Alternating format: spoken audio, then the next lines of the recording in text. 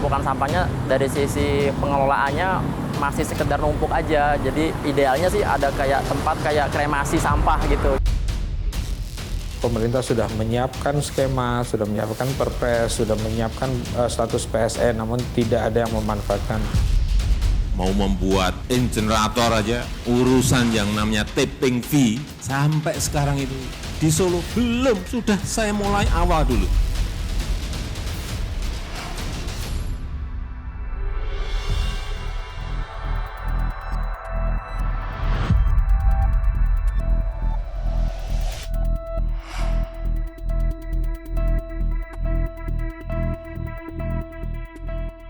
Saat ini, Jakarta memiliki jumlah penduduk tidak kurang dari 11,24 juta jiwa, menempatkan Jakarta di posisi ke-28 kota terpadat dunia dari 781 kota yang didata oleh World Population Review. Kondisi ini tentu saja membawa konsekuensi, yaitu tingginya produksi sampah.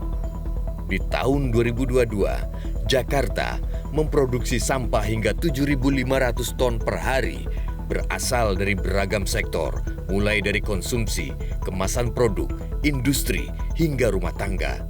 Sampah di Jakarta hingga kini masih terus menyisakan persoalan.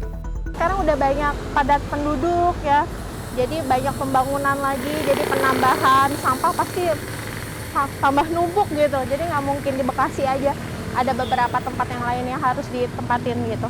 Ada 4 gunung sampah kan Mbak di sana. Gila, banyak, sebanyak itu sampah. Mau jadi apa nanti kan lokasi di sana kalau sebanyak itu? Pasti kan nambah terus perharinya kalau kita nggak ngolah sampah itu.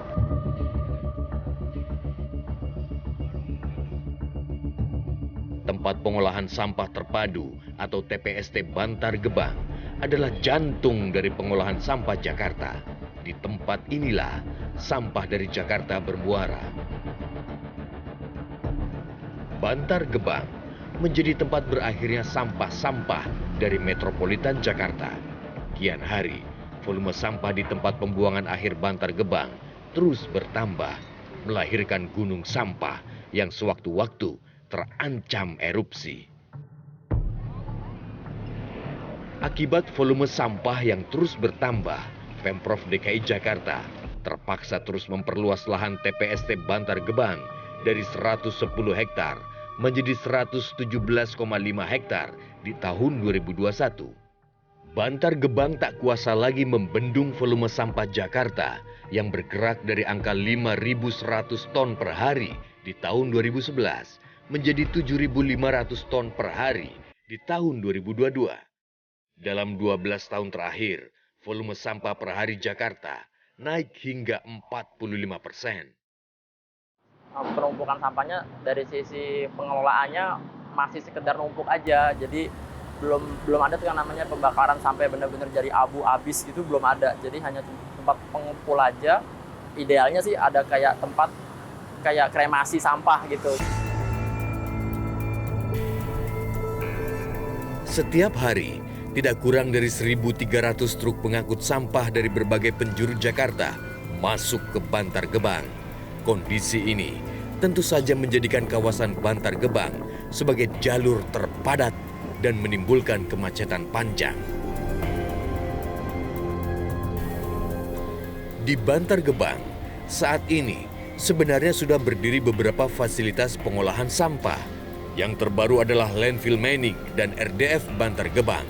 Pra-peresmiannya sudah dilakukan 10 Oktober 2022 lalu, namun hingga kini belum dioperasikan. Jadwal peresmian sedianya akan dilakukan pada Januari 2023, namun terus molor lantaran belum siap. RDF Plan Bantar Gebang yang dibangun sejak Februari 2022 ini diproyeksikan bisa mengolah 2.000 ton sampah dan menghasilkan sekitar 700 ton bahan bakar alternatif. Namun nyatanya hingga kini belum juga beroperasi lantaran masih terus diuji coba. Bisa 2.000 ton sampah, 1.000 ton yang dari dalam untuk yang sudah ada untuk diolah, 1.000 tonnya sampah baru yang dari Jakarta. Kira-kira kapan Pak bisa digunakan Pak? Targetnya Pak Kadis Ya akhir Januari deh. Kalau mau diskon lagi akhir Februari boleh. Semula, produk RDF berupa bahan bakar alternatif non-batu bara ini akan dibeli oleh PT Indosemen Tunggal Prakarsa sebanyak 200 ton per hari. Dinas Lingkungan Hidup DKI Jakarta juga sudah menjajaki kerjasama dengan PT Solusi Bangun Indonesia sebanyak 150 ton per hari. Baik Indosemen maupun PT SBI memiliki persyaratan RDF yang berbeda, disesuaikan dengan kebutuhan bahan bakar mereka, meliputi kandungan kalori, zat sisa organik atau ash content, dan lainnya. Nah nanti hasil RDF-nya adalah 700 hingga minimal kita 700, tapi kita berharap bisa diangkat 750. Itu nanti RDF itu diambil off-taker-nya adalah pabrik semen. Kita sudah ber-MOU dengan Indosemen dan PT SBI, Sarana Bangun Indonesia, untuk menjadi off-taker dari RDF ini. Namun target operasi RDF Bantar Gebang terus molor. Semula ditargetkan paling lambat Februari, namun direvisi lagi hingga paling lambat bulan Juni 2023. Di soal belum beroperasinya RDF Bantar Gebang, Dinas Lingkungan Hidup Jakarta menyebut masih terus melakukan optimalisasi mesin. Namun informasi yang realitas terima disebut-sebut produk RDF Bantar Gebang tidak sesuai dengan spek kebutuhan pembelinya. Sampai dengan saat ini, pihak dari penyedia jasa kami, kontraktor yang membangun fasilitas pengolahan tersebut masih melakukan improvement atau peningkatan pelayanan dari peralatan yang ada di RDF LM Bantar Gebang untuk mencapai standar kriteria desain yang diharapkan terutama oleh off-taker nantinya sebagai pemanfaat dari produk tersebut. Selain itu ada kendala? Tidak ada kendala sama sekali karena kalau secara prinsip off-taker juga sudah bekerja sama dengan pemerintah Provinsi DKI Jakarta siap menerima dari produk RDF yang dihasilkan. Pengoperasian RDF Plant Bantar Gebang ini tidak bisa menuntaskan persoalan sampah Jakarta. Sebab dari volume 7.500 hingga 8.000 ton per hari, hanya diserap 1.000 ton dari sampah baru dan 1.000 ton dari gunung sampah. Lantas mau dikemanakan sisa 7.000 ton sampah yang akan masuk setiap harinya? Bila sampah yang diolah tidak sebanding dengan sampah yang masuk per hari, bukannya tidak mungkin gunung sampah Bantar Gebang yang kini volumenya sudah mencapai 49 juta ton terancam meledak.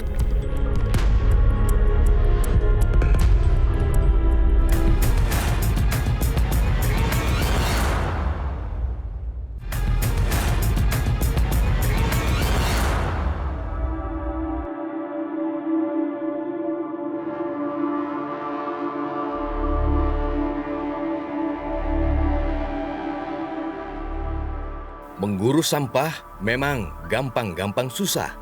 Meski nampaknya barang buangan, namun tidak bisa dianggap remeh.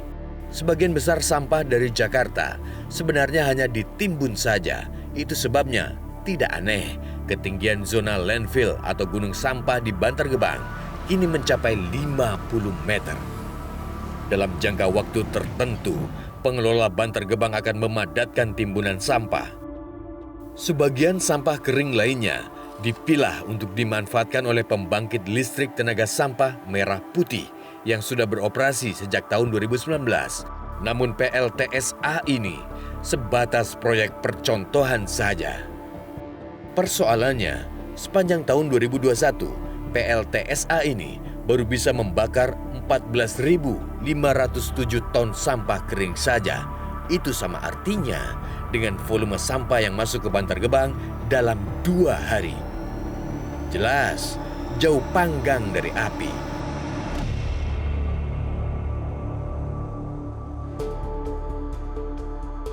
Miris, sebagai metropolitan nomor wahid di Indonesia, Jakarta belum juga memiliki fasilitas pengolahan sampah yang mumpuni. Padahal, sejak 12 April 2018 silam, Jakarta sudah ditunjuk oleh Presiden untuk melakukan percepatan pembangunan pembangkit listrik tenaga sampah. Mandat ini tertuang dalam Peraturan Presiden Nomor 35 Tahun 2018 tentang percepatan pembangunan instalasi pengolahan sampah menjadi energi listrik berbasis teknologi ramah lingkungan. Intermediate Treatment Facility atau ITF Sunter sejak lama digadang-gadang pemerintah DKI Jakarta menjadi pembangkit listrik tenaga sampah. Fasilitas ini seharusnya sudah selesai dan beroperasi di tahun 2022, namun nyatanya malah mangkrak hingga kini. Pembangunan ITF Sunter yang sudah groundbreaking Desember tahun 2018 silam terhenti gara-gara ditinggal investornya.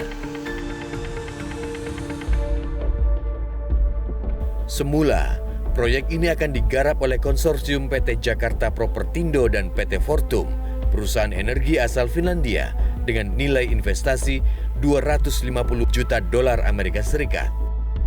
Tapi apa daya, kontrak sudah diteken, namun investor memilih hengkang. Begitu ditinggal investornya, perjalanan proyek ITF Sunter bak timbul tenggelam. DKI Jakarta masih terus tarik ulur memilih model RDF atau PLTSA dengan teknologi termal. DPRD DKI Jakarta juga menyoroti lokasi ITF Sunter yang berada tepat di belakang Jakarta International Stadium. Lokasinya dinilai tidak strategis dan beresiko menyulitkan manuver truk-truk pengangkut sampah. Anggota Komisi B, Pandapotan Sinaga, meminta lokasi ITF Sunter dikaji ulang. Meski begitu, Pandapotan menilai keberadaan 4 ITF di Jakarta sangatlah penting sebab kondisi Bantar Gebang sudah kritis. Soalan ITF-ITF lain karena pada saat itu sudah disetujui untuk pembangunan ITF di wilayah-wilayah lain, misalnya timur, selatan, sama barat. Dia ada investasi dari luar, dia bekerja sama dengan pihak lain, malah investasi yang diberikan di sana. Jadi bukan dari APBD, tapi yang jelas masyarakat Jakarta kan harus mempunyai teknologi yang tinggi, yaitu ITF itu. Nah, jadi kalau misalnya seperti kondisi sekarang sampah kita yang kurang lebih 8.000 ton setiap hari, berapa luas lahan yang mau kita butuhkan lagi. Sedangkan persoalan Bantar Gebang itu udah sangat crowded. Itu kalau istilah saya waktu saya mulai dari Komisi D ini tinggal meledaknya aja. Ditemui realitas pekan lalu, Ketua Komisi D, Ida Mahmudah, mengaku menentang keras pembangunan ITF lantaran berbiaya tinggi. Tipping fee-nya yang menurut saya terlalu tinggi, karena 700 ribuan sekian. Nah, dengan tipping fee 700 per tahun itu kalau kita bangun 4 ITF, itu kita harus mengeluarkan anggaran 2 triliun. Nah, kebetulan Pak Asep sebagai Kepala Dinas Lingkungan Hidup membangun RDF kemarin itu anggarannya hanya 1 triliun. Sama beli lahan itu antara 1,1 sampai 1,2 lah untuk beli lahan ya. Itu bisa untuk mengelola 2.000 ton per hari tanpa tipping fee. Bahkan operasionalnya bisa diambil oleh hasil penjualannya terhadap, sekarang ini kan dijual ke pabrik semen dan sekarang sedang pendalaman dengan PLN.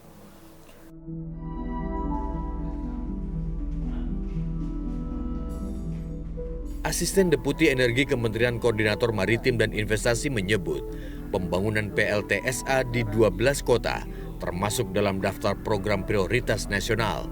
Namun celakanya, pemangku kepentingan di daerah tidak punya kesamaan visi dengan pemerintah pusat untuk mengurus sampah yang sudah darurat. Pemerintah daerah yang masih saja sibuk berhitung anggaran dianggap buang-buang waktu. Perpres 35 menawarkan kerjasama itu langsung dengan pihak ketiga, dengan pembiayaan boleh oleh pihak ketiga. Jadi sebetulnya resiko itu sudah bisa dipindahkan seluruhnya ke pihak ketiga. Sementara di daerah ini masih melakukan FS kemudian tidak cocok, ada penawaran yang lebih, kedengarannya lebih baik di FS kan lagi, ada yang melakukan FS sampai berkali-kali. RDF itu artinya tidak masuk dalam RDF tidak masuk di dalam, ya makanya itu salah satu yang kita sayangkan karena pemerintah sudah menyiapkan skema, sudah menyiapkan perpres, sudah menyiapkan status PSN, namun tidak ada yang memanfaatkan, belum ada yang memanfaatkan secara optimal. Masih menstudi dengan mindset lama, harus FS dulu, seolah-olah proyek ini dibiayai oleh APBN atau APBD. Menko Marves juga menyesalkan daerah-daerah yang masih terus tarik ulur soal beban tipping fee. Padahal pemerintah pusat sudah menjamin akan memberikan bantuan dana untuk tipping fee di daerah, bahkan hingga 500.000 per ton. Sampah ini adalah tanggung jawab Pemda. Pemda harus mencari skemanya. Kalau dalam undang-undang peraturan daerah itu tidak ada kewajiban pemerintah pusat. Nah, dalam hal ini Perpres 35 sudah memberikan bantuan BLPS yang kurang lebih bisa diterjemahkan menjadi tipping fee, itu bisa sampai 500.000 per ton bila keuangan daerah tidak mampu. Kuat atau tidaknya DKI, sampah itu kan merupakan byproduct dari kegiatan ekonomi. Jadi daerah itu sudah mendapatkan benefit dari kegiatan ekonomi yang menghasilkan sampah tersebut. Persoalan sampah Jakarta sudah sejak lama di depan mata. Sudah 38 tahun Bantar Gebang dijadikan penampungan sampah warga Jakarta. Benarkah tarik ulur kepentingan menjadi ganjalan meraih mimpi Smart City dengan pengolahan sampah yang mumpuni?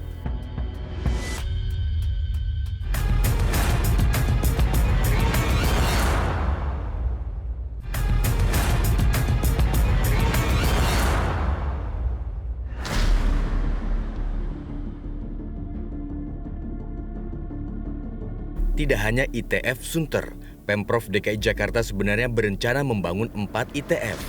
Penugasannya diserahkan kepada PT Jakarta Propertindo dan perusahaan daerah Sarana Jaya. Pembangunan ITF akan dilakukan di 4 wilayah, yaitu Timur, Barat, dan Selatan, serta wilayah kota, yaitu di Sunter. Celakanya, alih-alih segera merealisasikan pembangunan PLTSA, Dinas Lingkungan DKI Jakarta justru mewacanakan akan membangun RDF Plan di Rorotan tahun depan. Nah, untuk RDF di Rorotan ya Bu ya, sekarang prosesnya sudah pada tahap survei lokasi rencana.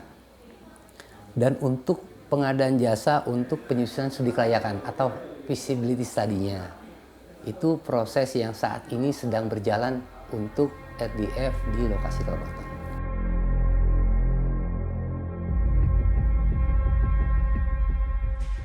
Realitas meminta konfirmasi kejelasan proyek ITF Sunter dan Barat ke Jakarta Propertindo. Namun manajemen Jakpro belum bersedia memberikan keterangan. Realitas juga mendatangi PD Sarana Jaya yang menggawangi 2 proyek ITF di Timur dan Selatan. Namun manajemen juga belum bersedia diwawancarai. Pembangunan pembangkit listrik tenaga sampah atau PLTSA sebenarnya sudah sejak lama didorong oleh pemerintah pusat. Presiden bahkan mengeluarkan peraturan khusus untuk percepatan pembangunan pembangkit listrik tenaga sampah. Dalam Perpres nomor 35 tahun 2018, Jakarta bersama 11 kota lainnya ditunjuk melakukan percepatan pembangunan PLTSA. Namun hingga 5 tahun sejak peraturan ditetapkan 12 April 2018, baru segelintir yang sudah merealisasikannya. DKI Jakarta termasuk yang belum menjalankan mandat tersebut. DKI Jakarta belum juga memiliki pembangkit listrik tenaga sampah yang sanggup mengolah habis 8.000 ton sampah per hari. Saya pengalaman sejak wali kota sampai sekarang urusan sampah belum pernah yang namanya beres. Mau membuat incinerator aja, urusan yang namanya tipping fee sampai sekarang itu di Solo belum, sudah saya mulai awal dulu. Berarti 20 tahun yang lalu sudah kita mulai, sampai sekarang aja belum beres. Saya nggak tahu apakah sudah ada yang jadi.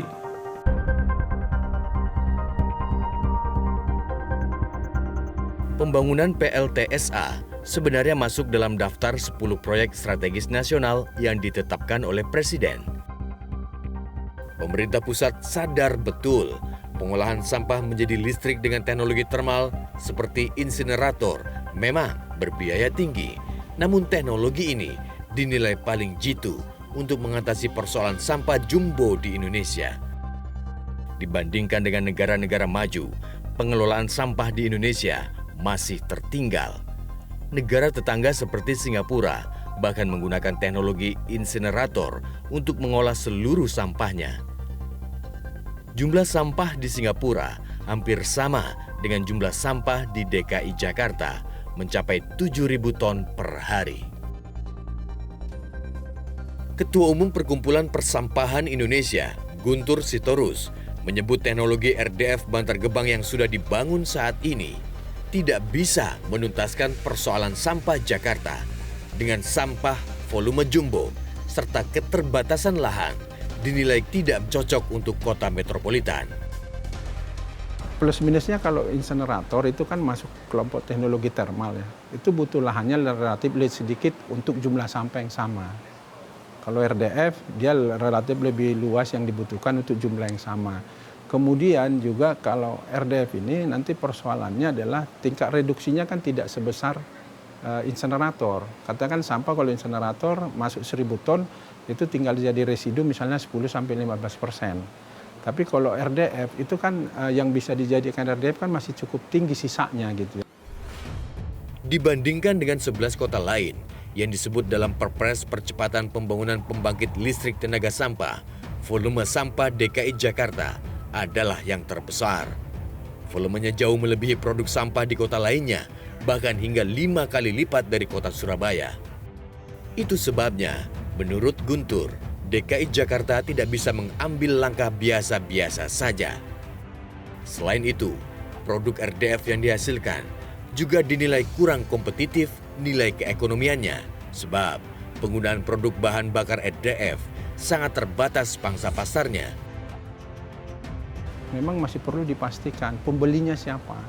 Apakah RDF ini akan laku dijual, dan kalaupun laku dengan harga berapa, dengan kapasitas berapa bisa ditampung pembeli, dengan konsistensi stabilitas harga berapa. Kalau udah sampai dengan kapasitas besar, dan itu relatif hanya bisa lebih bagus diolah dengan insinerator dengan resiko lebih mahal memang. Tapi yang kita cari adalah kebersihan, bukan dari sisi produknya. Walaupun insinerator ada listriknya, tapi kan dia tidak akan tidak bisa menutup biaya investasi dan biaya operasional. Pengelolaan sampah di Bantar Gebang sudah menjadi pekerjaan rumah menahun Pemprov DKI Jakarta. Perlu keseriusan seluruh pemangku kepentingan untuk segera mencari solusinya. Tidak ada waktu lagi untuk coba-coba dan terus mengulur waktu, sebab sampah akan terus bertambah. Gunung sampah Bantar Gebang yang sudah uzur harus segera diurus atau akan meledak.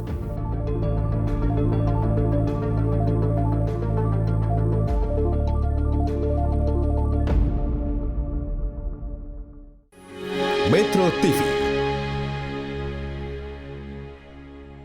Metro Singwan, setiap Senin